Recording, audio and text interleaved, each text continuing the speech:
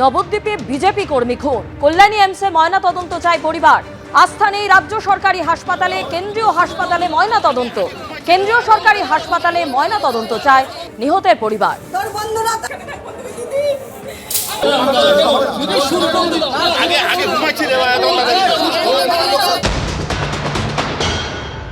এবার থানা থেকে সব কাগজপত্র বার করতে দেরি করে ফেলেছে। তারপর কোর্টের অর্ডারটা আমরা টাইমে পাইনি। এখনও আমি বাড়ি চলে এসেছি, এখনও 1 ঘন্টা পরে আমাদের কোর্টের যে অর্ডার কপি সেটা বার হবে।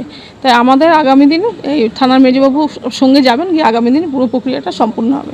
আদালতে তো আবেদন করেছিলেন তদন্ত কল্যাণী এমসের জন্য। এই হাসপাতালের উপর কেন ময়নাতদন্ত? না, আমাদের ঠিক ভরসা নেই, সেই কারণে এমসে করাবো। তা আমাদের সঙ্গে যে থানার মেজবাবু কিংবা প্রশাসন আমাদের সঙ্গে সম্মতি দিয়েছেন। যাই হোক, আমাদের পারমিশন কোর্ট থেকে দিয়ে দিয়েছে। আবেদন করেছিলেন? হ্যাঁ, আগামীকাল দেহ কল্যাণী এমসে ময়নাতদন্ত হবে। এখন কোথায় রয়েছে? এখন হচ্ছে কৃষ্ণ ওই শক্তিনগর মর্গে আছে। আপনার নাম? এখন ওইটা মদের আসলে একটা ঝামেলা হয়েছে শুনছি আমি। এখনো পর্যন্ত প্রাইমারি ইনভেস্টিগেশন যেটা আছে, আর মানে উনি নাকি আবার মানে কেউ বলছে যে উনি ওই ঝামেলাতে তাকে ঝামেলাটা থামাতে গেছিলেন, যার জন্য তাকে ঘুষাঘুষি খেয়েছেন, এইটাই। ঠিক আছে? এর পিছনে কি অন্য কোনো কারণ আছে? না, এর পিছনে এখনো পর্যন্ত কোনো এনিমিটি পাইনি। এমনি অ্যাকসেপ্ট লিকার ছাড়া অন্য কোনো এনিমিটি বা অন্য কোনো পাটিদ্বন্দ্ব আমি এখনো পর্যন্ত পাইনি। কিন্তু পরিবারের তরফ থেকে দাবি করা হচ্ছে যে সঞ্জয় ভৌমিক টাকা ধার দিয়েছিল, সেই টাকা চাইতে গিয়েই নাকি এই পরিণতি। দেখুন, সেটা পরিবার আমাদের কাছে বলেনি এবং আমার কমপ্লেনও সেটা বলেনি। এখনো পর্যন্ত অ্যারেস্ট হয়নি। আমরা দেখছি, চেষ্টা করছি খুব তাড়াতাড়ি অ্যারেস্ট করার। জ্বর, সর্দি, কাশি থেকে খিঁচুনির মতো উপসর্গ, আর সেই থেকে প্রাণঘাতী রোগ ছড়াচ্ছে কেরলে, যার পোশাকি নাম প্রাইমারি অ্যামিওবিক মেনিঙ্গো এনসেফ্যালাইটিস। মস্তিষ্কে সরাসরি আঘাত হানার ফলে অনেকেই এগে ব্রেন ইটিং অ্যামিবাও বলে থাকেন। তবে কি এই রোগ, কেনই বা চিন্তার, কি বলছেন চিকিৎসকরা? জ্বর, সর্দি, কাশি, খিঁচুনি কিংবা অসংলগ্ন আচরণ, এসব উপসর্গ দেখেও সাধারণ রোগ ভেবে উড়িয়ে দিচ্ছেন? সাবধান হন, আপনার শরীরে বাসা বাঁধেনি তো সর্বনাশা ঘিলুখেকো অ্যামিবা? কেরলে ইতিমধ্যে এই রোগে মৃত্যু হয়েছে 19 জনের, যার পোশাকি নাম প্রাইমারি অ্যামিওবিক মেনিঙ্গো এনসেফ্যালাইটিস। এর জন্য দায়ী নাইগ্লেরিয়া ফাউলেরি নামে একটি প্যারাসাইট। সারা বিশ্বে গত কয়েক বছরে এই রোগে আক্রান্তের সংখ্যা ছিল মাত্র 500। তবে উদ্বেগের বিষয় হলো গত 1.5 বছরে শুধু কেরলেই আক্রান্তের সংখ্যা হয়েছে 120 জন, যার মধ্যে চলতি বছরে আক্রান্তের সংখ্যা 69, যার মধ্যে মারা গেছেন 19 জন। মৃতদের মধ্যে যেমন 3 মাস বয়সী শিশু আছে, তেমনি রয়েছেন 52 বছরের ব্যক্তিও। 1 সেপ্টেম্বর কেরলের কোজিকোর গভর্নমেন্ট মেডিকেল কলেজে মৃত্যু হয় এক শিশু, এক মহিলার। অর্থাৎ সব বয়সের মানুষই এই রোগে সংক্রমিত হতে পারেন। আমরা বিভিন্ন 2-3টি কলেজের এই ধরনের ডাক্তারবাবুরা মিলে, SSKM ট্রপিক্যাল মিলে আমরা কিন্তু একটা ককটেল রেজিম ঠিক করে সেই মতো এগিয়ে সবাইকে সেটাই চিকিৎসা করছি, এবং সেটা আরও কয়েকটা কলেজেও এগুলো ফলো করা হচ্ছে।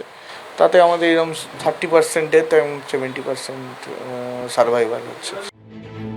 বিশেষজ্ঞরা বলছেন, এই অ্যামিবা কোনোভাবে নাক বা মুখ দিয়ে ঢুকে সোজা মস্তিষ্কে চলে যায়, তারপর মস্তিষ্কের টিস্যু কুড়ে কুড়ে খেতে শুরু করে, ফলে সেন্ট্রাল নার্ভাস সিস্টেমে মারাত্মক প্রভাব পড়ে। মস্তিষ্ক নিষ্ক্রিয় হবার 5 থেকে 10 দিনের মধ্যে শারীরিক অবস্থার অবনতি শুরু হয়। উপসর্গ হিসেবে দেখা দেয় জ্বর, মাথা ব্যথা, বমি থেকে খিঁচুনি। আক্রান্ত ব্যক্তি অসংলগ্ন আচরণ করতে থাকেন ও চেতনা হারান, যাকে চিকিৎসকেরা বলেন প্রাইমারি ম্যানিঙ্গো এনসেফ্যালাইটিস। সূত্রের খবর, কেরলে পরিস্থিতি সামাল দিতে বেশ কিছু পদক্ষেপ নেওয়া হয়েছে। স্ট্যান্ডার্ড গাইডলাইন তৈরির পাশাপাশি বিদেশ থেকে ওষুধ আনানো হয়েছে। মিল্টেফোসিন ও অ্যামফোটেরিসিন বি নামে 2টি ওষুধ ব্যবহার করে সেখানে মৃত্যুর হার 90% থেকে কমিয়ে 24% আনা হয়েছে। তবে কেরলের সংক্রমণ নিয়ে রাজ্যেও বেশ খানিকটা উদ্বেগ ছড়িয়েছে। কলকাতায় প্রথমবার 2015 সালে এই রোগের হদিশ পাওয়া যায়। সেবার একজনের মৃত্যুও হয় এই রোগে। এরপর 2023 সালেও কলকাতায় এই রোগে আক্রান্ত 2 জনের হদিশ পাওয়া গেছিল। সূত্রের খবর, গত বছর থেকে এই বছরের মধ্যে ইনস্টিটিউট অফ নিউরোসায়েন্সেসে এই রোগ নিয়ে মোট 14 জন ভর্তি হয়েছেন। তার মধ্যে মৃত্যু হয়েছে 9 জনের, সেরে উঠেছেন 5 জন। এর পাশাপাশি গত বছর SSKM-এও অ্যামিবা আক্রান্তের হদিশ পাওয়া গেছিল। 14 জনের মধ্যে আমার মনে হয় অ্যাট প্রেজেন্ট